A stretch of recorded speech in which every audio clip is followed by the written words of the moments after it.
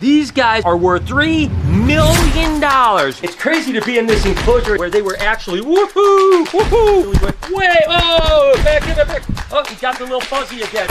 This is a blue-eyed leucistic ball python. And according to the internet, it's worth $100,000. Is that accurate? But before we get into if this is worth $100,000, let's start with the question, why did I start thinking it was worth $100,000? I went on the internet and asked artificial intelligence what the most expensive snakes on the planet were, and they came up with this list. And of course, the internet isn't always correct because they said a super emperor pin, which is actually a lesser, it's a pastel, and it's a pinstripe. When you breed them together, you can get the super version, which would be, of course, the blue-eyed leucistic. They said that was worth $100,000. And of course, this is a little baby bell, or what they would call a blue-eyed leucistic. There's a whole bunch of different ways to make them. Super emperors would be one of them, but anything in the lesser complex, Mojave complex, and a handful of other things, they all make blue-eyed leucistics. Now, in fairness, when they first were produced, they were probably $100,000. Now they're down to maybe $250 to $350. So this time, the internet was definitely wrong by a long shot. Next up would be the Aruba Island rattlesnake, the Crotalus durosus unicolor. Absolutely beautiful snake. Now the thing is that they are very critically endangered. They only come from a little place like 12 miles around. So I'm not even sure if you can buy them. The internet says that they're worth $18,000, but I know some people that have them in their private collection, and rattlesnakes as general don't cost a tremendous amount of money. Unfortunately, I really don't know what an Aruba Island rattlesnake would cost, but it says it's worth $18,000 on the internet. I can't imagine that there's any rattlesnake that is worth $18,000. Now, can you buy this critically endangered one? I got to imagine you can, because like I said, I know a bunch of people that have them in their private collection, and if I were to gather a guess, I would say that they're $1,000, maybe $1,500 at the most. But again, I really don't know the answer to this one, so let me know in the comments if you've ever seen Aruba Island rattlesnake for sale. And is $18,000 an actual cost? I don't really know, but I highly doubt it. Next up,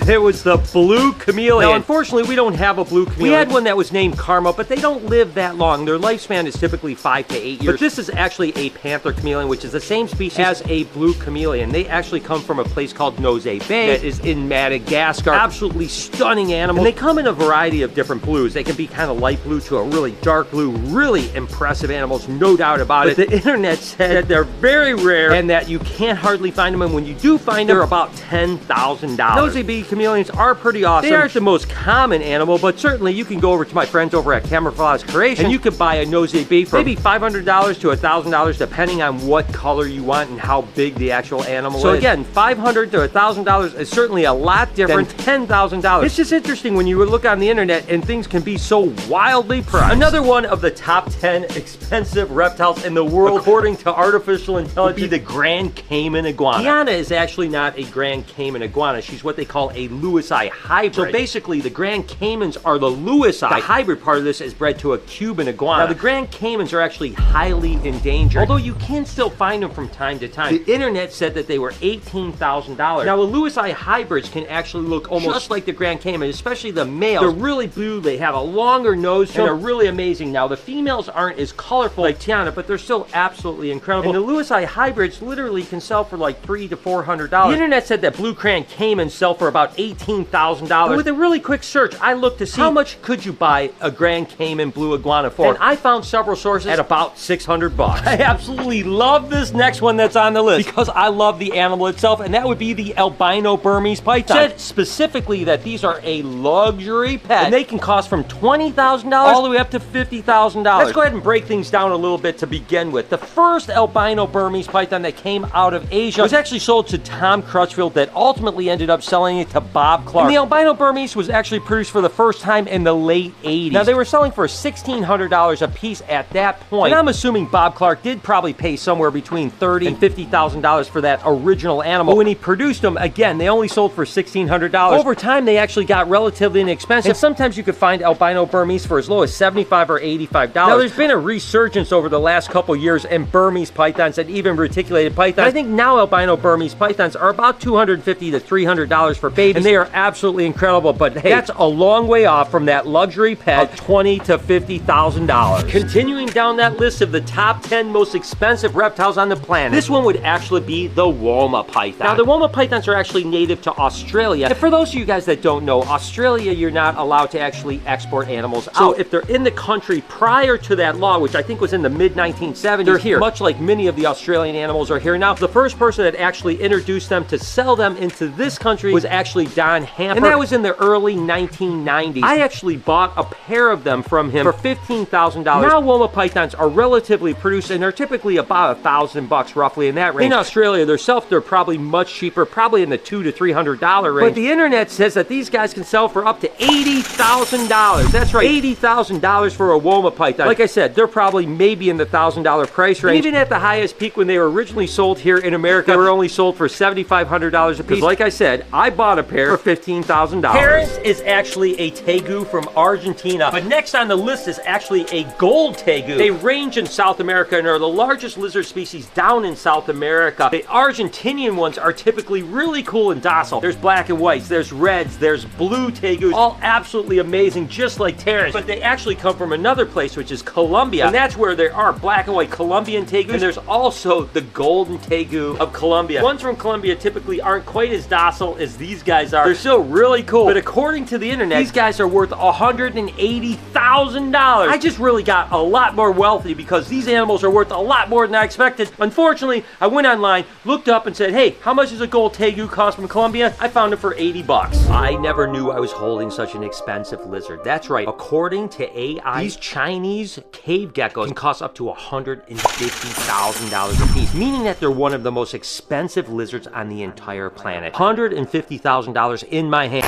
Well, that's not exactly quite accurate. I don't know when they first came into the country how much they were, but now we produce a lot of cave geckos every single year. And I think that we sell them for about $100 to $150. I think they ended up just adding a few more zeros to the end of that one. Don't get me wrong, cave geckos, absolutely amazing. $150,000, rarest lizard on the planet? Not so much. I had no idea. I was actually holding on to right now Freya the albino alligator, the most expensive reptile on the planet according to artificial intelligence on the internet. These guys, according to them, are worth $3 million. You heard me right, $3 million. I have Freya, and of course I have Salt. That means I have $6 million worth of albino alligators. Well, let's back up and tell the truth about these guys. Albino alligators sell for between $16,000 and $25,000, depending on sex. Females are a little bit less expensive. Even the very first ones that were sold were actually in the $20,000 range. I remember being offered them. What happened was there was a nest down in Louisiana that every year that they collected, about 5 or 6 albinos were hatched out. So there was actually a skin farm that were hatching albinos. They ended up keeping about 10 or 12 animals over the course of 2 or 3 years, and then ended up offering to a guy named Don Kane. What ended up happening is after Hurricane Andrew hit the Louisiana area, it actually displaced that pair of heads, and that nest that they were collecting every year disappeared, and they never hatched albinos again. Now all the albinos that are being produced are actually being produced in captivity by guys that bought the albinos from Don Kane when he first sold those animals. But like I said, Freya ended up costing right about that $20,000 mark. Certainly a far-fetched from $3 million. But hey, if anyone wants to buy Freya for $3 million, go ahead, email me. Now, when it comes to snakes that are actually expensive, there's two really different things. There's actually the rarity of the snake itself, like this Boelen's python from Papua New Guinea. It can literally cost up to $10,000 plus. And then there's, of course, mutations of snakes that are very expensive as well. But there's no doubt that the Boelen's python should be on that list of some of the most expensive snakes, because when it comes to actual snakes that are not mutations, there's definitely not many more snakes more expensive than the Boelen's python. Now, on the mutation side, certainly snakes can end up costing tens of thousands of dollars. Take Neo here, the pied motley golden child reticulated python. I mean, it's $6,500 as a baby. So there's no doubt that there's expensive snakes, more so on the mutation side, on the locality side, or species side. But I'm curious to you guys, put down in the comments what snake or reptile in general you think are some of the most expensive ones on the planet. You know, I would certainly think Komodo dragon would be right up there. I can think of a bunch of different ones, and I'm really curious to see what your thoughts are on the most expensive animals. While you're down there, can you hit that subscription button, as well as hit the the like button. It always helps the video. It's crazy to be in this enclosure and have actually Juliet and Lucy in the same enclosure. They seem to be getting along really good. Size of reptiles can actually cause a difference of price too. When it comes to reticulated pythons, if you have a 10,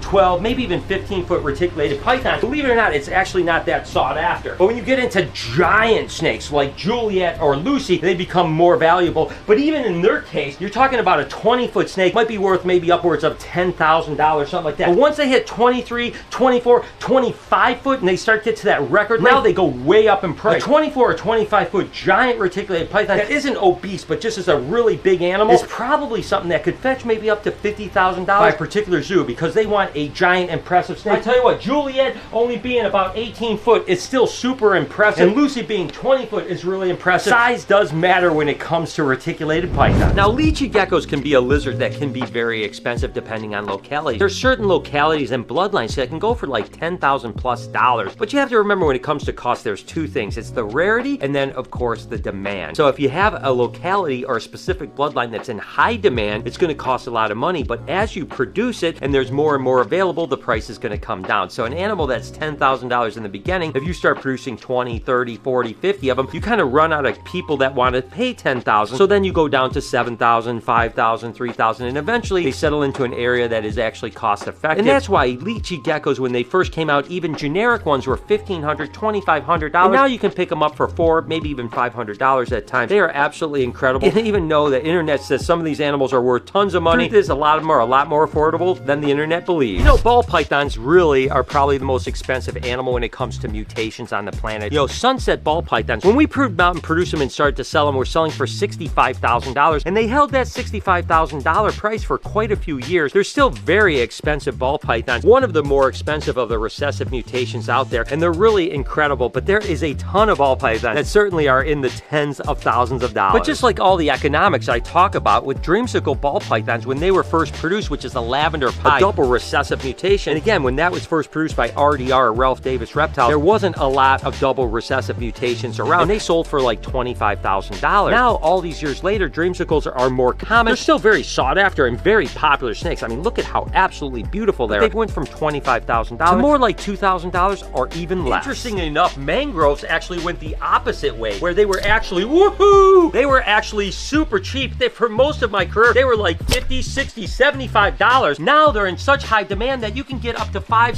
$600 for one little baby mangrove snake. People love these guys, and this little monkey is fired up. It's okay, buddy. Woohoo! Work with these guys is always a lot of fun, but it's interesting that these guys actually really went way, oh! Give it back, give it back. Oh, he got the little fuzzy again. These guys went up way up in price because the demand increased so exponentially. Sanzinia madagascariensis, or the Madagascan tree boa. These guys are another one of those locality animals or species animals. This particular one is from the western part of Madagascar, and these guys are rare just because there's not a lot of them being bred. They're kind of difficult to breed. For whatever reason, people aren't having a lot of success with breeding them. There are a handful of people each year produce them. Obviously, we ended up getting a pair a couple years ago, and we absolutely love them, but they've stayed up in value because there's not a lot available and they are in high demand. A Sanzinia like this is at least $2,500, can sometimes sell for up to $5,000. This is Goldie, the albino tegu. Love this animal. And when Ron St. Pierre produced the first albino blue tegus, they were like $15,000 because they were so rare and people loved them so much. Now they've become produced in pretty high quantities and they've come down in value a tremendous amount. Again, it's all about supply and demand, and these animals are amazing. It's hard to talk about dollar amounts when it comes to these animals because the truth is, no matter what they cost, I don't really care. I love them to death, and to me, this animal is completely priceless. I think we've learned two things today. Number one, that the internet isn't always right, and the fact is some reptiles can be pretty expensive. But the fact is, most reptiles just make absolutely great pets.